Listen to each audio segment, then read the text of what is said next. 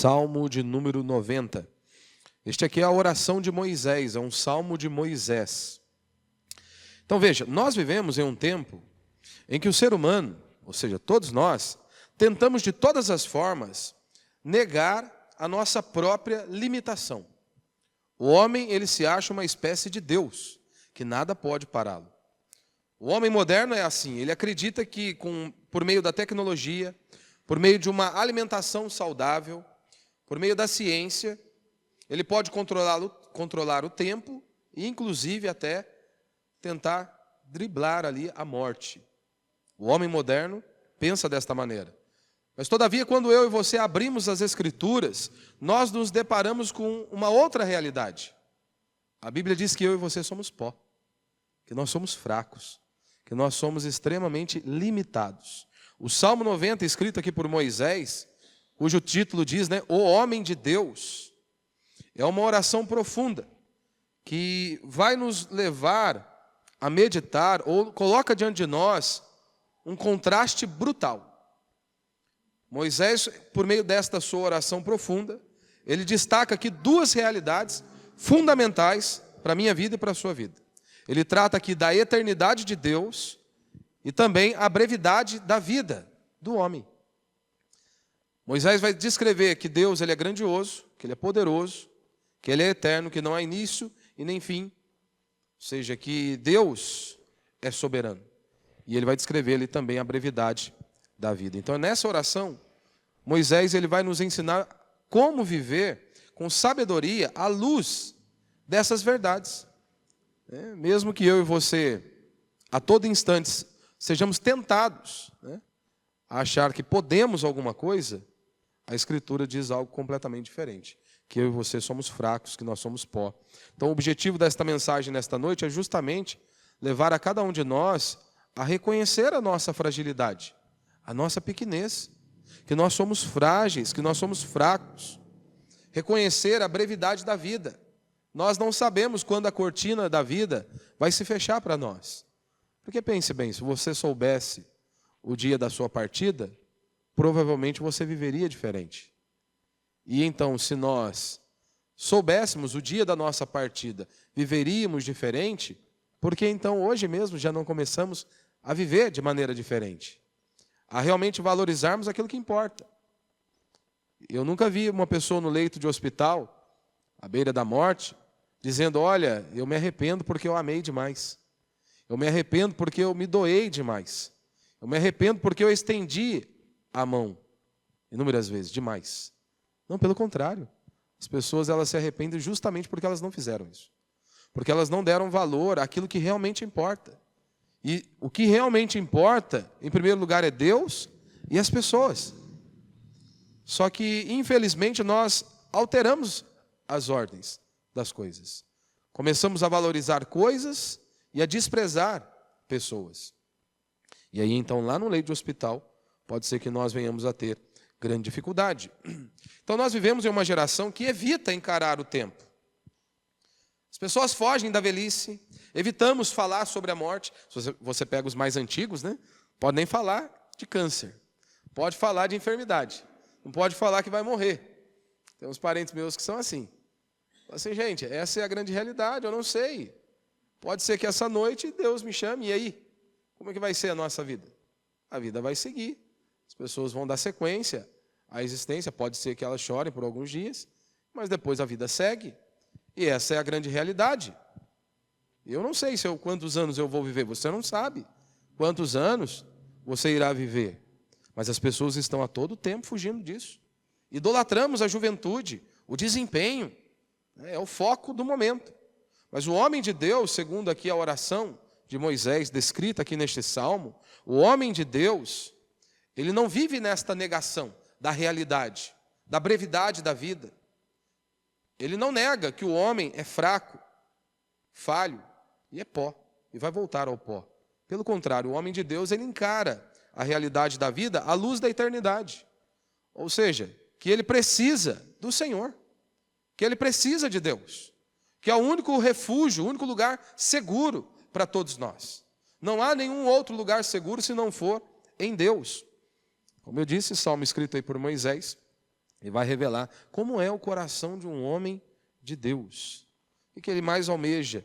E aí nós poderíamos dividi-lo em 3 partes, mas eu quero citar aqui pelo menos 5 princípios de maneira breve com você nessa noite. Mas primeiro vamos ler aí o Salmo. O título diz, né? A eternidade de Deus e a brevidade da vida do homem. Senhor, Tu tens sido nosso refúgio de geração em geração. Ou seja, então aqui ele vai focar exatamente isso. Deus é eterno, não há início de dias, e ele diz, Tu tens sido nosso refúgio de geração em geração. Antes que os montes nascessem, ou que tivesses formado a terra e o mundo, sim, de eternidade a eternidade, Tu és Deus. Tu fazes o homem voltar ao pó e dizes, voltai, filho dos homens, porque aos teus olhos 1000 anos são como o dia de ontem que passou, como a vigília da noite. Tu os arrasta por uma correnteza. Eles são como o sono, como a relva que floresce ao amanhecer, que brota e floresce de manhã, mas à tarde murcha e seca. O homem é assim. É como a neblina, logo se dissipa. Pois somos consumidos por tua ira, pela tua ira, e afligidos pelo teu furor. Colocaste diante de ti nossas maldades, e à luz do teu rosto nossos pecados ocultos. Ou seja, mais uma vez lembrando aqui que nós não conseguimos esconder nada de Deus. Nós podemos esconder das pessoas, você pode esconder do pastor, do líder, da esposa, do esposo, do pai, do filho. Mas de Deus nós não escondemos. De Deus nós não conseguimos esconder nada dele. Nós não conseguimos enganar Deus. É uma tolice. Nós ainda carregamos esta linha, né? Como de Adão. Adão pecou e ele tentou se esconder de Deus. Veja que tolice. E não é isso que inúmeras vezes nós tentamos, ou somos tentados a fazer? Pecamos ao invés de virmos até Deus, confessarmos os nossos pecados e pedimos perdão por nossos pecados, nós queremos nos esconder, achando que com isso as coisas vão se resolver, e não vão se resolver. E lembre-se, Deus nós não enganamos, de Deus nós não conseguimos esconder nada. Verso 9. Pois todos os nossos dias passam sob tua ira, nossos anos acabam-se como um suspiro. Os anos da nossa vida chegam a 70. Os irmãos que estão um pouquinho mais maduros aí, fiquem em paz, tá? Então você vê os 70 que ele já fala, rapaz, está na hora de partir já, né? Pensa igual meu pai aí, quer viver até 120 anos. Os anos da nossa vida chegam a 70, ou para os que têm mais vigor, a 80. Mas o melhor deles é cansaço e enfado. Pois tudo passa rapidamente e nós voamos. Porque esta é a verdade. Nós dizemos, olha, quantos anos você tem? Ah, eu tenho 39, ou eu tenho 40. Não, você não tem, isso aí já perdeu, já passou. A gente não tem, a gente não sabe o dia da nossa partida. Por isso que a gente tem que viver para Deus e para a glória dele.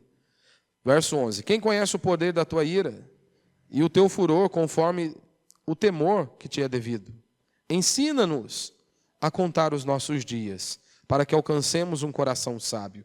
Veja que Moisés ele não pede mais, ele não pede aqui uma vida longa, mas ele, pelo contrário, ele pede sabedoria para poder viver os dias que Deus concedeu. Não é exatamente isso que eu e você também precisamos? Sabedoria para realmente valorizarmos aquilo que de fato importa, darmos atenção àquilo que realmente importa e vivermos para Deus. Ele pede sabedoria para que alcancemos um coração sábio. Volta-te para nós, Senhor. Até quando? Tem compaixão dos teus servos. Sacia-nos de manhã com o teu amor fiel, para que em todos os nossos dias nos regozijemos e nos alegremos. Alegra-nos pelos dias em que nos afligiste e pelos anos que conhecemos a dor. Mostra teus feitos aos teus servos e a tua glória aos filhos deles. Seja sobre nós a graça do Senhor, nosso Deus, e confirma sobre nós a obra das nossas mãos. Sim, confirma a obra das nossas mãos. Primeiro, eu quero destacar o primeiro ponto aí. O homem de Deus, ele encontra em Deus a sua habitação eterna. Ou seja, Deus ele é eterno, ele é imutável. Ele é o nosso verdadeiro refúgio, assim como Moisés está descrevendo aqui. tu tens sido o nosso refúgio de geração em geração. Antes que os montes nascessem, tu és Deus. Veja, Moisés ele não começa aqui descrevendo, ele não começa com o homem, mas com Deus. Não é o homem o centro, o homem não é a peça principal, não, mas Deus é o centro. Ou seja, essa é a base de uma teologia sã. Ou seja, onde Deus é o centro das nossas vidas, onde Deus ele não está limitado pelo tempo, pelo contrário, Ele os criou, Ele o criou. Enquanto gerações passam, Deus permanece o mesmo. E aqui a palavra refúgio nos remete justamente a isso, a um lugar seguro, de estabilidade, mesmo nos dias mais tenebrosos. E não é isso que nós tanto almejamos? Queremos um lugar tranquilo, um refúgio, seja lugar de refrigério para as nossas angústias e aflições. Mais uma vez a Escritura está dizendo que é só em Deus. Só Deus pode ser o refúgio que nós precisamos. É dele que vem o refrigério que eu e você tanto almejamos. Agora a pergunta é: você tem buscado a sua segurança, esse refúgio, em quê ou em quem? Você tem buscado naquilo que é passageiro? Ou no Deus que é eterno? Porque depende de onde você está buscando. Isso vai definir se você vai encontrar ou não. Porque veja, nesta vida, tudo nesta vida muda. A sua saúde, você pode estar bem. Não tem nem como dizermos que estamos bem, porque nós não sabemos. Talvez exteriormente você pode estar bem. Mas você faz uma ressonância, faz uma tomografia, daqui a pouco você vê que você não está tão bem assim. Parece que eu estou bem. Porque tudo muda, a saúde muda, o governo muda, a economia está oscilando a todo tempo. Mas Deus não muda, Deus permanece o mesmo. Ou seja, o que eu quero dizer com isso? Somente em Deus, eu e você, iremos ter, ou temos, uma segurança real. Se de fato nós queremos um lugar seguro, é somente em Deus, é na presença de Deus. Então Moisés aqui, por meio desta oração, nós vemos o coração de um homem de Deus aqui. E o coração do homem de Deus, ele encontra em Deus a sua habitação eterna. O refúgio é Deus. Ou seja, é segurança, é descanso. Ou seja, são atributos que só Deus pode oferecer de forma plena e eterna. Ninguém mais pode prover isso. E a declaração de Moisés aqui ela é poderosa. Ele está dizendo, Deus é o nosso lar. Se você se lembra, o povo de Israel vivia em tendas. Constantemente eles estavam se deslocando. Mas Moisés sabia, a nossa segurança não está no local. A nossa segurança está na pessoa de Deus. Está no nosso Deus. E como nós temos vivido? Então aqui ele mostra esse contraste da eternidade, ou seja, o contraste, a eternidade de Deus e essas coisas que são transitórias, ou seja, da criação. Ou seja, ele está mostrando onde eu e você devemos, de fato, firmar a nossa existência, a nossa alma. E não pode ser nestas coisas passageiras, transitórias, e sim em Deus. Então eu e você, nós precisamos entender que nós estamos neste mundo, mas nós não somos daqui. Nós somos peregrinos. Nós almejamos a casa celestial. Enquanto Deus nos der força, vigor, e enquanto nós não cumprirmos a missão dele aqui nesta terra, ficaremos aqui. Mas vivemos aqui com a perspectiva da eternidade. Porque é isso que vai fazer a total diferença. Por que você vai abrir mão de coisas? Por que você vai deixar de fazer coisas erradas? Por que você não vai praticar coisas que o mundo tem praticado? Ora, porque você preza pelos valores da palavra de Deus. Ou seja, nós não negociamos a palavra de Deus. Se Deus diz não, se Deus diz que algo é pecado, não interessa se todo mundo está fazendo. Mas qual é a nossa motivação? Ora, um cristão ele vai viver abrindo mão de algumas coisas neste mundo ou rejeitando coisas aqui porque ele visa a eternidade. Ou seja, ele sabe que os olhos do Senhor estão sobre ele. Ou seja, ele não consegue driblar Deus. Ele não consegue enganar a Deus. Então, o maior desejo dele é fazer a vontade do seu Senhor. Então, eu e você, nós precisamos enxergar que aqui nós estamos de passagem. Somos peregrinos, rumo à eternidade, onde passaremos a eternidade com Deus, se de fato nascemos de novo, se o Espírito Santo habita em nós. Porque senão, Jesus foi categórico ao dizer, né? Se o corpo desse à sepultura condenado, está condenado. Se o corpo desse à sepultura justificado, está justificado. Não há meio termo. Não há purgatório, onde depois tudo vai se ajeitar. Não, é hoje. Mais uma vez, e mais uma noite, Deus está te dando uma oportunidade de ouvir o Evangelho, se arrepender dos seus pecados e buscar a Deus. Precisamos nos lembrar que é Deus quem está no controle, não somos nós. A nossa vida está nas mãos do Senhor. Mesmo sem termos o controle de inúmeras coisas, porque muitas coisas fogem do nosso controle. E nós não temos o controle.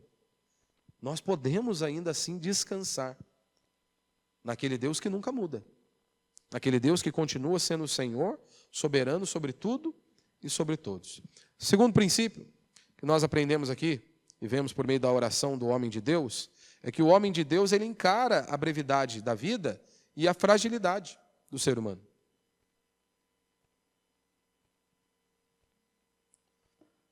É isso que ele vai dizer do verso 3 ao verso 6, né? Ele diz, tu fazes o homem voltar ao pó, e dizes, voltai, filho dos homens, porque aos teus olhos 1000 anos são como o dia de ontem que passou, como a vigília da noite.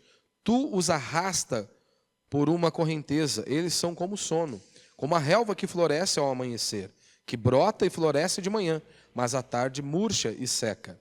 E lá no verso 10 ele diz, os anos da nossa vida chegam a 70, ou para os que têm mais vigor, a 80, mas o melhor deles é cansaço e enfado, pois tudo passa rapidamente, nós voamos. Ou seja, ele descreve aqui a brevidade da vida humana, né? E ele também mostra, começa a mostrar por esses versos, o juízo divino. Ou seja, tu reduzes o homem a pó. Os nossos dias passam debaixo da tua ira. Ou seja, Moisés nos leva de volta à queda. Lá em Gênesis. Volta ao pó. Gênesis 3,19, né? Nós vemos isso. Ele descreve a vida como um breve turno da noite. Um breve turno da noite. Ou como a erva que brota e seca no mesmo dia. Descrito aí nos versos 5 e nos versos 6. A pergunta é, como você tem vivido a sua vida? Como se fosse eterno? Como que você tem conduzido a sua existência? Você consegue enxergar que você precisa de Deus? Que nós precisamos de Deus? Que nós não somos tão fortes como nós pensamos. Porque esse mundo a cada dia nos leva a essa perspectiva, não é? Fomos ensinados a confiar em nós mesmos. Somos daquela geração que você tem que olhar para o espelho e dizer que você é o cara. Você é forte o bastante. Você pode tudo. Desde que você se dedique, ninguém pode te parar. Isso é tolice. Isso é a maior tolice. E nós vemos os crentes caindo nessa balela, achando que podem também alguma coisa. O homem de Deus, ele encara a brevidade da vida e a fragilidade da existência. Moisés está fazendo exatamente isso. Ele confronta uma realidade que é evitada por muitos, de que a vida é breve, extremamente passageira. E o tempo é implacável. Uma hora vai se esgotar. Uma hora a cortina desta vida vai se fechar. Mas a nossa cultura esconde isso. As pessoas vivem apenas para o hoje, para o aqui e o agora. Elas não pensam no amanhã. As pessoas não querem pensar na eternidade. Elas estão preocupadas apenas com este mundo, apenas em buscar recursos para que elas possam ser felizes. É apenas isso. Essa é a cultura que nós temos visto em nossos dias. Todavia, a Escritura nos ensina a olhar para a existência humana com temor, porque a vida é breve. Talvez você esteja me ouvindo e o seu projeto de vida ou a sua busca é apenas por prazer, por felicidade. Ou seja, essa busca de prazer como sentido da vida. A ideia é curta a vida, vivo hoje. Faça o que te faz feliz, não é? Assinado Satanás, né? Faça o que te faz feliz. Fuja da dor, as pessoas não querem mais. As pessoas não querem. Elas evitam a dor a todo custo. E mais uma vez, não somos masoquistas, não buscamos a dor, mas esta é uma grande realidade da vida. A maior parte da nossa existência neste mundo será de dor, de angústia e de aflição. Então nós precisamos. Moisés, ele tinha autoridade para falar, né? Moisés já havia passado por maus bocados, já havia enfrentado inúmeros problemas, passado por inúmeras crises. Ele já havia visto gerações inteiras morrer. Ou seja, a fragilidade humana não deve nos levar também ao desespero, porque senão você pode cair para outro extremo, né? Aí tem pessoas que têm medo até de levantar da cama, não querem nem sair de casa mais. A fragilidade humana não é motivo de desespero, mas de humildade, de reconhecimento da nossa fragilidade, ou seja, de humildade e sabedoria, de todos os dias, quando abrimos os nossos olhos, né, ao levantarmos, já deveríamos agradecer a Deus, porque estamos vivos. Deus nos deu mais um dia de existência. Deus nos deu mais um dia para contemplarmos a Ele, adorarmos a Ele e vivermos para Ele. E muitas vezes nós desperdiçamos isso. Quantas vezes, quantas horas do seu dia você desperdiça em redes sociais? Um vídeo atrás do outro, nós estamos morrendo. Estamos literalmente morrendo e as pessoas não percebem. Vidinhos de 30 segundos, 1 minuto, 2 minutos. Se fossem coisas que edificam, ainda, né, estaria valendo. O problema é que, via de regra, não são. São apenas banalidades. São bobeiras. Então, meu irmão, nós não podemos desperdiçar o nosso tempo com coisas vãs. A Escritura diz que nós devemos remir o nosso tempo. Temos que remir o tempo. Porque horas que você perde na rede social, com bobeira, você está morrendo. É um tempo que não volta mais. É um tempo que se jogou fora. Tempo este que você poderia estar utilizando para conhecer a Deus. Tempo que você poderia estar utilizando para aumentar o seu conhecimento de Deus. Tempo que você poderia estar usando para evangelizar, para discipular alguém, ou seja, transmissão de conhecimento. Estaria ajudando alguém, mas infelizmente nós somos uma geração que pensamos apenas no nosso próprio umbigo. E precisamos lutar contra esta cultura, né, do curto momento, viva o momento, faça o que te faz feliz. A vida, ela é simples, mas nós temos que viver a cada dia para a glória de Deus, com esse desejo de Deus ser exaltado por meio da nossa existência. Você tem vivido com temor a Deus? Ou você tem vivido os seus dias sem temor, sem responsabilidade? Vamos ver até onde vai dar. Felizmente, você pode, às vezes, 1 dia, 2, 3, 4 anos, 5 anos, mas um dia a cortina vai se fechar. Essa é a grande realidade. A morte é certa. O tempo é curto. O tempo é curto. E o pecado é sério, você não pode flertar com ele. E muitas pessoas querem flertar com o pecado. Querem tirar férias de Deus. Satanás não tira férias, não, irmão. Não, por isso que a Escritura a todo instante diz que nós devemos estar vigilantes, atentos. Mas aí os crentes simplesmente negligenciam a palavra de Deus. Nós não ouvimos o que Deus diz em sua palavra. Então, mais uma vez, não desperdice o seu tempo ou a sua vida com coisas vãs. Avalie o que você tem feito com a vida que Deus te deu, com o tempo que Deus te deu. Nesses vidinhos aí de internet aí, uma vez eu ouvi uma reflexão, uma mulher fez uma pergunta a algumas convidadas, né? E falou de um valor alto, né, de dinheiro, e o que elas prefeririam, né? O que elas mais desejariam? Se elas tivessem lá, sei lá, quantos milhões, né? E o que elas fariam? Daí começaram a falar inúmeras coisas, queriam viajar, por aí vai, tal. E aí ela chegou num confronto e disse, olha, se te desse, não lembro quantos milhões que era, mas era muito dinheiro. Mas você vai morrer amanhã. O que você prefere? O dinheiro ou a vida? E aí a pessoa responde automaticamente, é claro que é a vida. E aí ela deu uma bordoada nas costas deles, né? Então por que você já levanta reclamando? Por que você já levanta murmurando? Por que você já levanta tudo que nada está bom? Se a vida é tão importante, se a vida é tão bela, se a vida é maravilhosa, deveríamos levantar, mesmo em meio a tantos problemas, dificuldades, angústias e aflições, deveríamos levantar agradecendo a Deus e louvando a Deus. Essa é uma realidade. Terceiro, o homem de Deus, ele conhece o peso do pecado e do juízo divino. Como segue a leitura do verso 7 até o verso 11. Moisés diz, olha, nós somos consumidos pela tua ira. Nós somos consumidos pela tua ira. Põe diante de ti os nossos pecados secretos. Ou seja, nós precisamos nos lembrar que o salário do pecado é a morte. Ou seja, a morte é consequência do pecado. O homem simplesmente lá atrás decidiu andar longe de Deus. Ele simplesmente negligenciou a voz de Deus. E por isso, então, colhemos o fruto aí dos pecados, né? Por isso que não existe essa ideia que criança não tem pecado. A grande evidência de que a criança ela é pecadora como eu e você é porque elas morrem, não é? Eu já fui em velório de criança de 3 dias. Então se morre porque tem pecado. Porque o salário do pecado é a morte.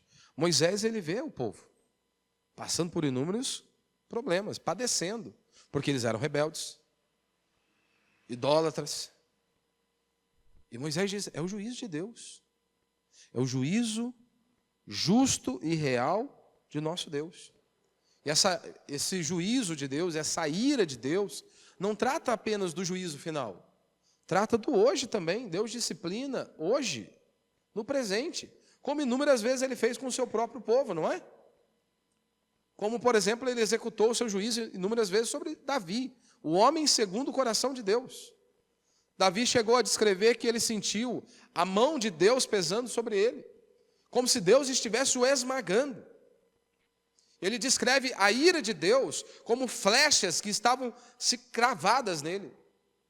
Mas aí o crente moderno ele não consegue ver Deus assim. Ele não consegue ver um Deus que pune a maldade, pune o pecado, inclusive nos seus filhos.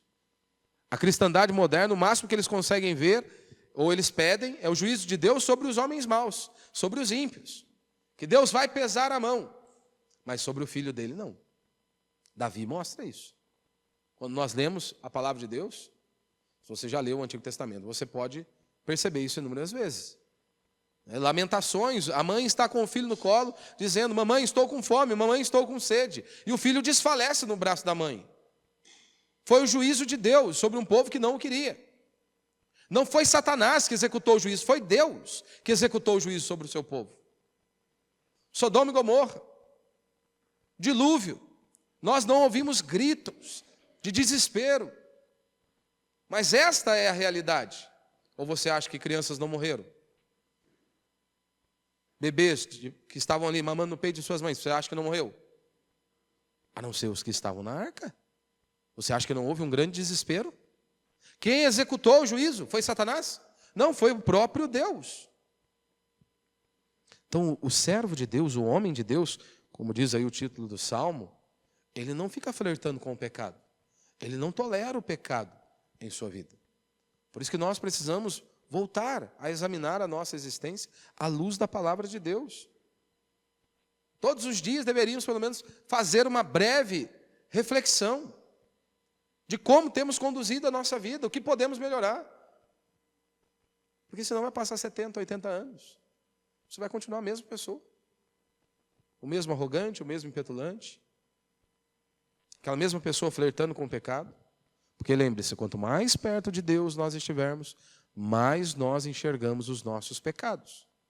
Então, quanto mais perto do Senhor nós estivermos, isso é só por meio da Escritura, da palavra de Deus, de uma vida prostrada diante do Senhor. Porque se você não estiver ali prostrado diante do Senhor, não haverá temor.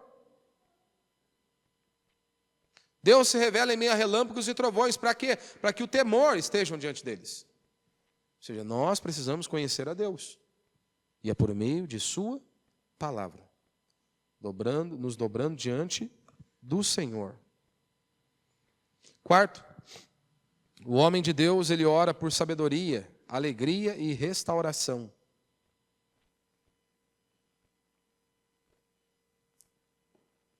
Ou seja, aqui Moisés está descrevendo que nós devemos buscar sabedoria para viver com propósito. Ou seja, cumprir a missão que Deus colocou sobre os nossos ombros. Como já disseram, né? Somos imortais até que nós venhamos cumprir o propósito de Deus. E é verdadeiro. Meu irmão, enquanto você não cumprir a missão aí, pode ter certeza que você vai ficar aqui. Né? Vai ficar aqui. Até o dia que nós cumprirmos a missão. Quando nós cumprirmos a missão, acabou. Acabou. Nós precisamos disso. Moisés, ele pede, ensina-nos a contar os nossos dias, para que alcancemos um coração sábio. Moisés não está orando e pedindo a Deus por mais anos de vida. Mas ele pede sabedoria a Deus para que ele possa viver os dias que Deus deu a ele. Ou seja, mais uma vez nós vamos aqui em remir o tempo e muitas outras coisas encaixam nesse pedido de sabedoria. Ele suplica, ele clama por alegria, por compaixão. Ele busca a Deus. Ensina-nos a contar os nossos dias. Ensina-nos. Eu e você precisamos dessa sabedoria para vivermos bem os dias que Deus tem nos dado. Os dias que nós temos. Só Deus pode dar o significado à nossa existência. O homem busca sentido, significado e propósito em muitos lugares. Seja por meio da relação, seja por meio do dinheiro, por meio da bebida. O homem busca encontrar esse sentido e significado, mas só Deus pode conferir esse sentido e significado à nossa vida. Moisés sabe, ele entende que só Deus pode dar significado, alegria e consolo verdadeiro. As coisas deste mundo não podem. São coisas transitórias que passam. São coisas passageiras. Só Deus é eterno. Que Deus nos dê essa graça para que eu e você possamos viver com essa consciência, temor. O que eu tenho feito com a vida que Deus me deu? Com o tempo que Deus me deu? O que eu tenho feito, né? Ou seja, tenho vivido com responsabilidade, tenho vivido com a perspectiva da eternidade, para que Deus seja glorificado por meio da minha existência. Se você não tem um hábito de orar a Deus, uma vida de oração, leitura da palavra de Deus, eu desafio você. Comece a fazer isso. Comece a fazer isso. Ah, mas eu não tenho vontade. Você vai trabalhar com vontade todos os dias? Não, né? Creio que não. Você pode amar o seu trabalho, mas nem todo dia você vai motivado, né? Você vai porque você tem uma responsabilidade. Você tem um compromisso. Não é nem se for os boletos para você pagar, mas você tem os compromissos. Então você tem que ir. Ora, eu tenho que esperar à vontade para eu ler a Bíblia, esperar dar uma vontade para orar. Irmão, isso aqui vai ser a vida inteira nós lutando. A carne contra o espírito. É claro que tem épocas que fica um pouquinho mais fácil, principalmente quando você está sofrendo. Principalmente quando você está vivendo os dias tenebrosos. Aí você não pensa duas vezes antes de orar. O problema é quando as coisas começam a se estabilizar, sabe? Quando está tudo tranquilo, aí automaticamente nós começamos a nos distanciarmos de Deus. Simplesmente esquecemos quem Ele é. Lembre-se, a alegria genuína não vem das circunstâncias. A alegria genuína não vem das suas circunstâncias, do dinheiro, de qualquer outra coisa, não. É da presença do Senhor. Da presença do Senhor. Que Deus nos dê essa graça, né? E para encerrarmos aí, o homem de Deus, ele busca esse legado espiritual, ou seja, essa transmissão, né? Ele deixa um legado, ele busca isso, né? Que os teus feitos, ele vai dizer no verso 16 a 17, né? Que os teus feitos se manifestem. Confirma as obras da nossa mão. Ou seja, essa ideia de legado é o quê? É aquilo que nós deixamos para além das nossas vidas. É aquilo que nós transmitimos. Não são apenas bens e realizações, não. São valores, são testemunho, são discipulados, são os nossos frutos, né? Os nossos frutos espirituais. Ali é onde nós, não para que eu e você sejamos exaltados, mas para que Cristo seja exaltado por meio das nossas vidas. Porque é isso que importa, meu irmão. É isso que importa, é a única coisa que vai ficar para a eternidade. Um homem de Deus, ele não vive para ser lembrado. Esse não é o desejo de Moisés, mas que as pessoas olhem para Deus, para que as pessoas contemplem a Deus por meio da vida dele. E esse deve ser o nosso desejo. Porque quando a cortina da vida se fechar, o que muitos vão dizer de nós? Já parou para pensar? O que as pessoas vão dizer de mim e de você? Será se as pessoas enxergam em nós homens e mulheres que temem a Deus? Homens e mulheres que glorificam a Deus com a sua vida? Por meio das suas vestes, por meio da sua fala, por meio da sua existência. Quando as pessoas olham para nós, elas enxergam isso? Cristo. Em nossas vidas. Que Deus nos ajude, que Deus nos dê sabedoria, para que nós possamos avaliar como nós temos vivido. Se nós temos vivido com sabedoria ou nós temos sobrevivido, né? Dia após dia. Vamos empurrando com a barriga. Não, nós temos que orar por sabedoria. Vivermos a nossa vida com propósito, o propósito de exaltar a Deus e de vivermos para a glória dEle. E tudo que nós viermos a fazer, não é isso que Paulo diz? Quer comais, ou quer bebais, ou façais qualquer outra coisa. Façais para a glória de Deus. Às vezes nós perdemos essa perspectiva, né? Você vai para o seu trabalho, vai para glorificar a Deus. Tudo que for fazer. Sua família, os seus filhos. Devemos viver com essa perspectiva. Tudo é para Deus. Então, para isso, nós temos que pensar na eternidade. Se nós não estivermos pensando na eternidade, estivermos pensando apenas no aqui e no agora, é loucura isso. Mas para aqueles que vivem, né, para o homem de Deus, ele vive com essa perspectiva da eternidade. Um dia eu estarei com o meu Pai. Ou seja, eu não posso viver apenas por viver. Não, Deus me deu uma missão. E eu tenho que cumprir essa missão, executar essa missão de maneira que Ele seja glorificado e exaltado por meio da minha existência, né? Então o Salmo 90, ele é um retrato desse homem. O homem de Deus, o servo de Deus. Que ele não joga uma maquiagem por cima desta vida. Não, ele encara a realidade. Ele é um homem maduro, ele encara a realidade. Ele é piedoso, é temente a Deus. Ele nos ensina que nós não podemos ficar perdendo tempo. Não, nós não podemos. O homem de Deus, ele habita no Senhor, ou seja, o seu refúgio está não nas circunstâncias, mas no Deus eterno. Ali está o nosso refúgio. O homem de Deus, ele vive com essa consciência da brevidade da vida. Amanhã pode não existir para nós. Essa é a grande realidade. Então ele não se ilude com os prazeres transitórios, com esses prazeres passageiros. O maior desejo é fazer a vontade de Deus.